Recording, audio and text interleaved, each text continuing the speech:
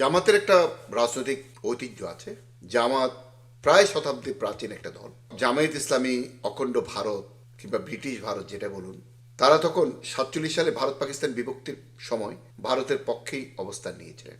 তারপর 1948 সালে যখন আবার পাকিস্তান মোটামুটি এস্টাবলিশ, তখন তারা পাকিস্তানে চলে যায় এবং জামাত ইসলামী পাকিস্তান নামেই তাদের কার্যক্রম শুরু করে।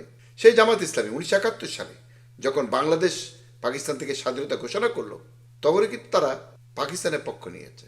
আর 2024 সালে এসে যেই সব দল নির্বাচনের দিকে ধাবিত হচ্ছে, সেখানে জামাত ইসলামের আমিরকে কাতারে নিয়ে যাওয়া হয়েছে বাংলাদেশে করিডোর প্রশ্নে ওনার সম্মতি আদায় করার জন্য। হয়তো জামাত করিডোরের পক্ষে অবস্থান নেবে।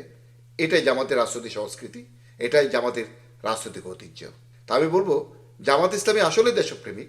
কারণ তারা ভারত পাকিস্তান বিভক্তির সময় যেমন ভারত প্রেমী ছিল, পাকিস্তান বাংলাদেশ বিভক্তির সময় পাকিস্তানের পক্ষে ছিল, আর এখন বাংলাদেশের জনমত যেখানে নির্বাচনের পক্ষে, তখন তারা করিডোরের পক্ষে। বাংলাদেশের জনমত যেখানে করিডোরের বিপক্ষে, সেখানে তারা কিছুদিনের মধ্যে আপনারা দেখতে পাবেন তারা করিডোরের পক্ষে অবস্থান নেবে। তাই বলছি, বাংলাদেশে আসলে জামাত ইসলামী দেশপ্রেমিক একটা রাজনৈতিক দল।